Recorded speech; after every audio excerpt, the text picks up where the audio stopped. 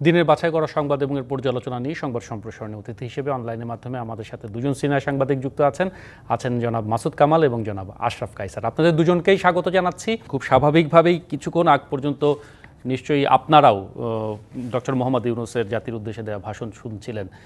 এই ভাষণের অনেকগুলো বিষয় নিয়ে তিনি আজকে কথা বলেছেন। বিগত এক মাসে কি পরিস্থিতি ছিল এবং কি কি ব্যবস্থা নেওয়া হয়েছে সংস্কারের, সেগুলো নিয়ে কথা বলেছেন। আপনাদের কাছ থেকে কোনটি বেশি গুরুত্বপূর্ণ, তাৎপর্যপূর্ণ, সেটা একটু জানবো। সবশেষ তিনি যেটি বলেছেন আমি একটু উল্লেখ করতে চাই, তারপর নিশ্চয়ই বলবেন যে নির্বাচন ব্যবস্থা সংস্কার, মানে 6টি কমিশনের কথা বলা হয়েছে, 6জন কমিশনারের নামও তিনি বলেছেন। নির্বাচন কমিশনের জন্য প্রধান হিসেবে দায়িত্ব পালন করবেন ডক্টর বদিউল আলম মজুমদার।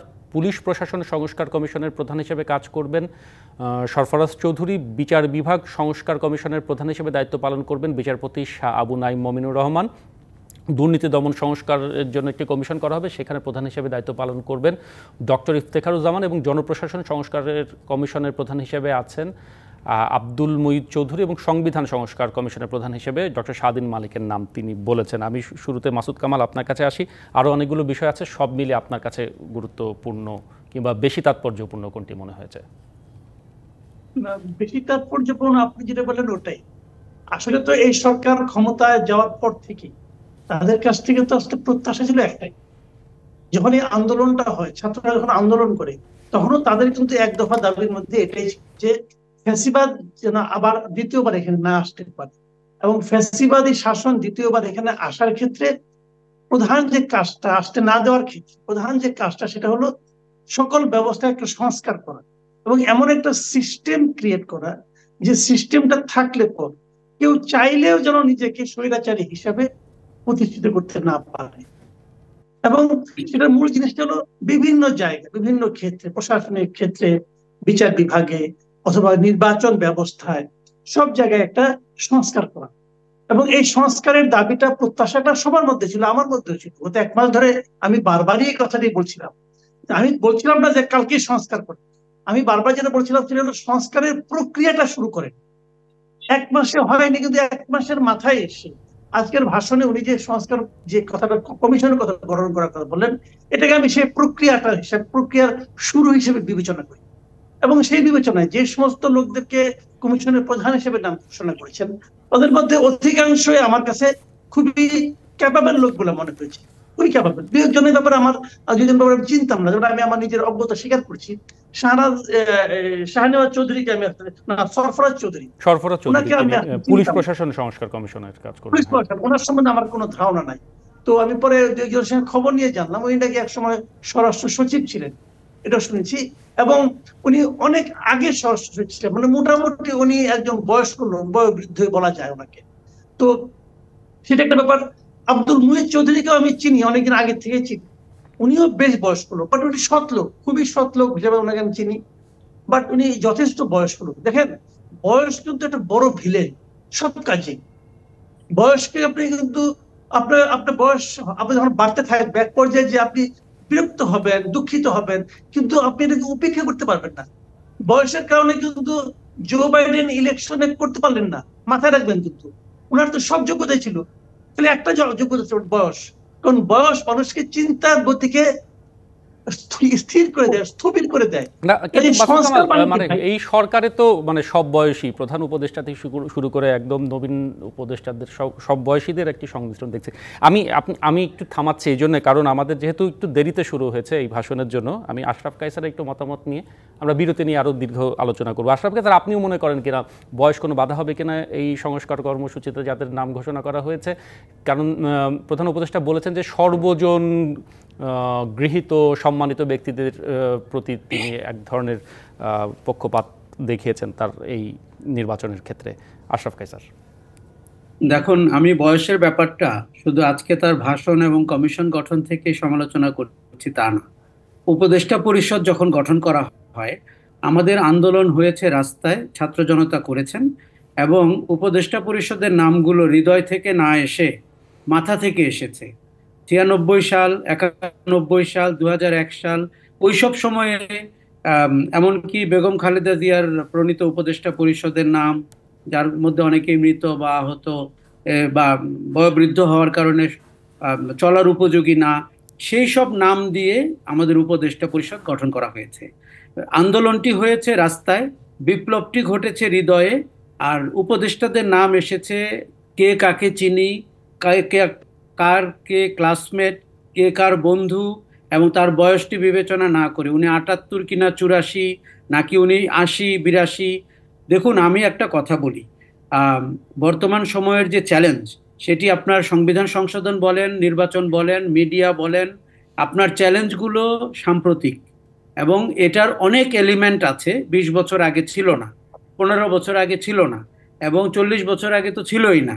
কাজে আমরা যদি মাথা থেকে খুঁজে খুঁজে বের করি যে ৩০ বছর আগে সচিবালয় থেকে কে অবসর নিয়েছিলেন এবং কে আসলে ধরেন সিভিল সোসাইটিতে অনেক আগে রোল প্লে করেছেন। আমি পুরো আমাদের যখন উপদেষ্টা মণ্ডলী গঠন করা হয়, দেখুন এই কথাটি আসবে যে নাহিদ এবং আসিফ তো রয়েছেন, কিন্তু এক নাহিদ এবং আসিফকে বিবেচনা করলেও উপদেষ্টা পরিষদের গড় বয়স কত? আমার ধারণা ৬০-এর ঊর্ধ্বে। আমরা সবাই দেখেন প্রতিদিন বয়স বাড়ছে, আমার নিজেরও বেড়েছে, মাসুদ কামাল ভাই হয়তো অতটা বাড়েনি, কিন্তু কিন্তু আমরা তো দেখতে পাচ্ছি যে আমরা কি করে স্মৃতিশক্তিতে প্রতারণা করছে, আমাদের গতি কমে গেছে, আমাদের ইররেলেভেন্ট কথা বেড়েছে, এবং আমাদের বিভিন্ন ধরনের মানে কিন্তু মানে অভিজ্ঞতা, দীর্ঘ সময়ের অভিজ্ঞতা, দক্ষতা, সেগুলোকে কি গ্রাহ্য করা হবে না নাকি? আমি জনাব আশরাফ কায়সার, মাসুদ কামাল, আপনাদের অনুমতি নেই একটা বিরতি নিতে চাই। হ্যাঁ, একটু অনুমতি দেন, বিরতি নিয়ে আরও অনেকগুলো বিষয় নিয়ে তিনি কথা বলেছেন। কালাকানুন, সাইবার সিকিউরিটি অ্যাক্ট সহ হয়রানিমূলক মামলা বাতিল বা সংস্কারের কথা বলেছেন, মিডিয়া কমিশনের কথা বলেছেন, প্রতিবেশীর সাথে কেমন সম্পর্ক হবে সেইগুলো নিয়ে বলেছেন। আপনাদের মতামত শুনবো। আমরা সালাম স্টিল নিবেদিত সংবাদ সম্প্রসারণে ফিরবো কিছুক্ষণের মধ্যে। সালাম স্টিল নিবেদিত সংবাদ সম্প্রসারণে আমরা ফিরে এলাম। সিনিয়র সাংবাদিক মাসুদ কামাল এবং আশরাফ কায়সার আছেন আমাদের সাথে। আবারও স্বাগত জানাচ্ছি আপনাদের দুজনকে। ডক্টর ইউনূসের জাতির উদ্দেশ্যে দেওয়া ভাষণের অনেকগুলো বিষয় আছে, অনেকগুলো দিক আছে, সেগুলো তাৎপর্য আপনাদের কাছ থেকে বোঝার চেষ্টা করছি। আমরা সংস্কারের জন্য ৬টি কমিশনের কথা এবং ৬ জন কমিশনারের নাম তিনি প্রস্তাব করেছেন, সেগুলো নিয়ে আপনারা বলছিলেন, সেটি যুক্ত করতে পারেন। আমি একটু মনে করিয়ে দিতে চাই ছোট করে, যেমন তিনি সাইবার সিকিউরিটি আইন সহ হয়রানিমূলক মামলা বা কালো আইন সেগুলো বাতিলের কথা বলেছেন, সংস্কারের কথা বলেছেন, সাগর রুনি সহ আলোচিত ৫টি আলোচিত আইনের মামলার বিচারের কথা নিশ্চিত করেছেন, মিডিয়া কমিশন গঠন করার কথা বলেছেন, গুম খুনের সংস্কৃতির অবসান করে পৃথক তদন্ত কমিশন গঠনের কথা বলেছেন।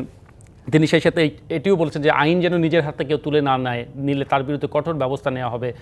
অর্থনীতিতে এক ধরনের স্থবিরতা চলছে, সেই চাকা সচল রাখার জন্য সর্বশক্তি দিয়ে যে কোনো সমস্যা রুখে দেওয়া হবে, এবং বিশেষ করে প্রতিবেশী ভারতের সাথে সম্পর্ক হবে সম অধিকার ন্যায্যতার ভিত্তিতে, সার্ক পুনরুজ্জীবিত করার পরিকল্পনার কথা বলেছেন। আশরাফ কায়সার, আমি একটু জাস্ট পয়েন্টগুলো ধরিয়ে দিলাম, আপনার কাছ থেকে জানতে চাই কোনটিকে কিভাবে দেখেন। আশরাফ কায়সার, আপনি শুনতে পাচ্ছেন? বয়স ব্যাপারটা ২ লাইন বলে আমি বাকি কথাগুলো একটু বলছি। হ্যাঁ, দেখুন, ওটা উপদেষ্টা পরিষদের সময় আমাদের কাছে চোখে লেগেছিল, একটু দৃষ্টিকটু মনে হয়েছিল। আমার মনে যে আপনি শোনা যাচ্ছে আমাকে? হ্যাঁ, শুনতে পাচ্ছি, একটু বিঘ্ন হচ্ছে, তাও শুনতে পাচ্ছি। মনে হয়েছিল যে আরো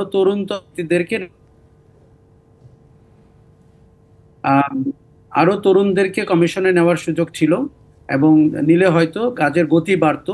আরেকটা জিনিস হচ্ছে, আপনার উপদেষ্টা পরিষদ এত জনের মধ্যে সীমাবদ্ধ রাখবে এরকম কোনো বাধ্যবাধকতা নেই। অতএব আপনি উপদেষ্টা আরো বাড়াতে পারতেন। আমাদের দরকার সংস্কার, এবং আমাদের এই গতিটি ফেরত আসা জরুরি।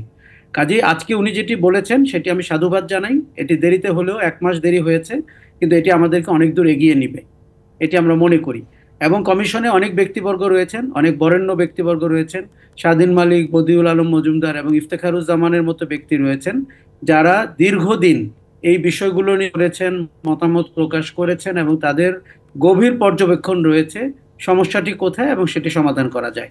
মিডিয়া কমিশনের কথা উনি বলেছেন, আমি গভীরভাবে তাকিয়ে আছি, কেননা গত ফ্যাসিবাদী শাসনের ধ্বংসস্তূপে পরিণত হয়েছে, নৈতিকভাবে অবক্ষয় হয়েছে মিডিয়ার, এবং এই জায়গায় কমিশন করে কি করে পরিচালনা করা যায়। এরপরে অন্য যে বিষয়গুলো আমি একটু বলতে চাই, উনি ভারতের ব্যাপারে যেটি বলেছেন, আমার ধারণা ডক্টর ইউনূসের গত 30 দিনের এই ব্যাপারে সবচেয়ে বেশি সোচ্চার মনে হয়েছে, এবং বাংলাদেশে থাকার কথা, সেটি তিস্তার পানি হোক, সীমান্তে হত্যা হোক, এমনকি আমাদের অভ্যন্তরীণ গণতন্ত্রে ভারতের হস্তক্ষেপ হোক, এই জায়গাগুলোতে ভারতকে যে সমান কাতারে দাঁড়াতে হবে, চোখের দিকে তাকিয়ে আমাদের কথা বলতে হবে, এটি আমরা প্রথম ডক্টর ইউনূস সরকারকে করতে দেখলাম 53 বছর বয়সে, এবং 53 বছরে বাংলা ইতিহাসে। আপনি সাগররুনিতার কথা বলেছেন, এইরকম 5টি, দেখুন আমাদের সমাজে আপনি যদি যে কোনো অপরাধের আইনানুগ বিচার না করেন, দৃষ্টান্তমূলক বিচার না করেন, সাগররুনির কি এমন মহার্ঘ রয়েছে যে 111 বার বা 113 বার তার তদন্ত পেছাতে হয়। তারপরে আমরা যে ন্যারেটিভগুলো শুনেছি, সেই ন্যারেটিভগুলো বিশ্বাসযোগ্য বলে মনে হয়নি। তার মানে আমাদের মনে হয়েছে যে এটি জানা জরুরি, এবং এটি না জানতে পারা পর্যন্ত কিন্তু আমরা স্বস্তিতে ফিরবো না, যেরকম একটা অপরাধের পরে তার কি হলো। উনি সাইবার সিকিউরিটি এবং অন্যান্য দমনমূলক আইনের কথা বলেছেন। দেখুন, একটি দেশের বাক স্বাধীনতা, ভিন্নমত প্রকাশ করা, এগুলো খুব জরুরি। এবং এতে যদি আপনার কালো আইন থাকে, এবং এতে যদি কালো আইনের ভয়ে কথা বলতে না পারেন, বিগত সরকারটি মানুষকে ভয়ের শাসনে ফেলেছিল, মানুষকে বাকরুদ্ধ করেছিল, মানুষকে অযৌক্তিকভাবে আটকে রেখেছিল, শাস্তি দিয়েছিল। তার পরিণতি আমরা দেখতে পেয়েছি। আমরা এই সরকারের কাছ থেকে চাই যে যতটা সম্ভব আপনি নির্বাচনের পরিবেশে যাওয়ার আগে, অথবা নির্বাচিত কোনো সরকারের হাতে ক্ষমতা হস্তান্তর করার আগে আপনাকে বাক স্বাধীনতা নিশ্চিত করতে হবে, এবং সবগুলো কালাকানুন আপনাকে বাতিল করতে হবে। এবং আপনাকে যেই মামলা, যেই হত্যাগুলো, সাগররুনি সহ অন্যান্য হত্যাগুলো, আমি ত্বকির কথা বলবো এবং আমি মুনিয়ার কথা বলবো, যাতে করে এর বিচার আমরা দেখতে পাই, এবং এই সরকার যেন ওই বিচার নিশ্চিত করে তার মেয়াদকালে পূর্ণ করে। এবং আমরা এখন যেই কমিশনগুলো হয়েছে, আপনি জানেন যে 6টি কমিশন হয়েছে অত্যন্ত জরুরি। আমাদের নির্বাচন ব্যবস্থা, দুর্নীতির যে চক্র এবং প্রশাসন, বিশেষ করে সিভিল অ্যাডমিনিস্ট্রেশন, এই জায়গাগুলোতে আমাদের, এবং সংবিধান, এই জায়গাগুলোতে কমিশন করে আমরা কমিশনের দ্রুত গতিতে কাজ করা দেখতে চাই। শোনেন, সরকারটিকে ছোট রাখতে হবে, এটির কোনো বাধ্যবাধকতা নেই। এই সরকারের ম্যান্ডেট কিন্তু রাজপথ থেকে এসেছে। তার কোনো সরকারের আকার নিয়ে কোনো বক্তব্য নেই কোথাও, তার সরকারের মেয়াদ নিয়ে কোনো বাধ্যবাধকতা নেই। কাজেই এই সরকার যদি তার গতি না আনতে পারে এবং একের পর এক সংস্কার করে আমাদের জীবনকে উজ্জ্বল না করতে পারে, আমরা কিন্তু এই সরকারকে দায়ী করব। এবং তখন কিন্তু বেরিয়ে আসবে যে এরকম বয়স্ক মানুষদেরকে নিলে সরকার কি গতি শ্লথ হয়েছিল কিনা, এই প্রশ্নটি আসবে। আমি আবারও রিপিট করি, কিছু জায়গায় আরো তরুণ মানুষ দেখতে চাই, প্রাইভেট সেক্টর থেকে লোক দেখতে চাই, শুধুমাত্র পাবলিক সেক্টর থেকে না, সিভিল সোসাইটি থেকে না, প্রাইভেট সেক্টরে বড় অর্গানাইজেশন চালান, তাদেরকে, তাদের ম্যানেজমেন্ট ক্যাপাসিটিকে আপনি বড় করেন। বিদেশে যে বাংলাদেশিরা কাজ করছে তাদেরকে আপনি ধার কর্য করেন, এবং জরুরি ভিত্তিতে বাংলাদেশ যেন একটি জাতীয় সরকারের চেহারা পেয়ে যায়। মানে আপনি যোগ্যতার মানদণ্ডটিকেই সর্বাগ্রে রাখতে চান। অনেক ধন্যবাদ আশরাফ কায়সার। মাসুদ কামাল, আপনাকেও একই প্রশ্ন, আরও কয়েকটি পয়েন্ট আপনার জন্য। যেমন অর্থ পাচার হওয়া, অর্থ ফিরিয়ে আনার কথা বলছেন, আর্থিক খাতে শৃঙ্খলা আনার জন্য কমিশন গঠনের কথা বলছেন, মূল্যস্ফীতি নিয়ন্ত্রণের প্রয়োজনীয় ব্যবস্থা এরই মধ্যে নেওয়া হয়েছে তিনি জানিয়েছেন, সার আমদানি করার কথা বলেছেন, কৃষি ঋণ বাড়ানো হবে, আর জনপ্রশাসনে একটা বিশৃঙ্খলা আমরা খবরে দেখিয়েছি, সেখানে সংস্কারের কথা বলেছেন, পুলিশের সংস্কারের জন্য নিয়োগ বদলি, প্রয়োজনীয় নিয়োগ বদলি করা হচ্ছে, এবং তিনি বলেছেন যে যার যার নিজ নিজ জায়গায়, নিজ নিজ প্রতিষ্ঠানের জগতে সেই সংস্কারটি আনতে হবে, এটি সংস্কারের সুযোগ বলে তিনি মনে করেছেন। এর বাইরে গণহত্যার বিপ্লবের জাদুঘরের কথা বলা হয়েছে, জুলাই গণহত্যা ফাউন্ডেশনের কথা বলা হয়েছে, অনেক বিষয় রয়েছে। সবকিছু মিলিয়ে মাসুদ কামাল। হ্যাঁ, অনেক কিছু যেগুলো একটা বিষয় নিয়ে অনেকক্ষণ বলা যায়। আপনাকে সংক্ষেপে একটা কথা, যেগুলো আশরাফ কাছে বলেছেন ওগুলো আমি রিপিট করি না, কারণ ওনার সঙ্গে আমার খুব একটা এই সমস্ত বক্তব্যে বিরোধ তৈরি হবে না। আমি ওনার মতো করেই ভাবি যে ওগুলো, আমি খালি মিডিয়ার একটা কথা, মিডিয়ার স্বাধীনতার কথা বলেছেন, তারপরে আরো বলেছেন যে মিডিয়ার গতিকে নাকি আরো বাড়াতে এবং সুবিধার জন্য একটা মিডিয়া কমিশন করা হবে। ভাই দেখেন, মিডিয়া নিয়ে কোনো কমিশন গঠন করাকে আমি ভয় পাই। কেন? আপনারা অনেক, যেমন আমি বলি আপনাকে, একটা তথ্য অধিকার একটা কমিশন আছে না আমাদের এখানে, একটা আছে, তো ওটাতে কি পাওয়া যায় ভাই? ওটাতে কি তথ্যটা পাওয়া যায়? এইগুলি হয় কি, এই সমস্ত কমিশন গঠন করলে ওখানে যে লোকগুলিকে আপনি বসান, সেই লোকগুলির চারিত্রিক বৈশিষ্ট্যের উপর এই কমিশনগুলোর চরিত্র নির্ভর করে। এবং আমরা দেখেছি আমাদের অতীত অভিজ্ঞতা থেকে, সমস্ত কমিশনগুলি হয় আসলে এই বিভিন্ন অবসরপ্রাপ্ত আমলাদের একটা পুনর্বাসন কেন্দ্র। তারা ওখানে বসে বসে নানা রকম জিনিসগুলিকে স্লো করে দেওয়ার জন্য করে। ভাই, কমিশন লাগবে না, মিডিয়া স্বাধীন হবে, গণমাধ্যম স্বাধীন থাকবে, এনাফ, এটুকু বলে যে হয়ে যায়। আবার তাকে কমিশন করা দরকার না, সেটি বরঞ্চ নিশ্চিত করার জন্য মানে আমরা সেই কি চাই? মানদণ্ডগুলো ঠিক আছে কিনা দেখার জন্য কি কমিশন প্রয়োজন আছে? কেন না মানে যে সংস্কৃতিতে আমরা মিডিয়ার চলছিলাম সেই সংস্কৃতিকে ভাঙার জন্য, কমিশন সংস্কারের লাগবে জন্য। কেন? কমিশনের মানদণ্ড কে দেখবে? আমি আপনাকে সিম্পল কথা বলি, মিডিয়ার মানদণ্ড যদি কমিশন দেখে তো কমিশনের মানদণ্ড কে দেখবে বলেন? মিডিয়ার মানদণ্ড বিচারের একমাত্র দায়িত্ব জনগণের, আর কারো নাই।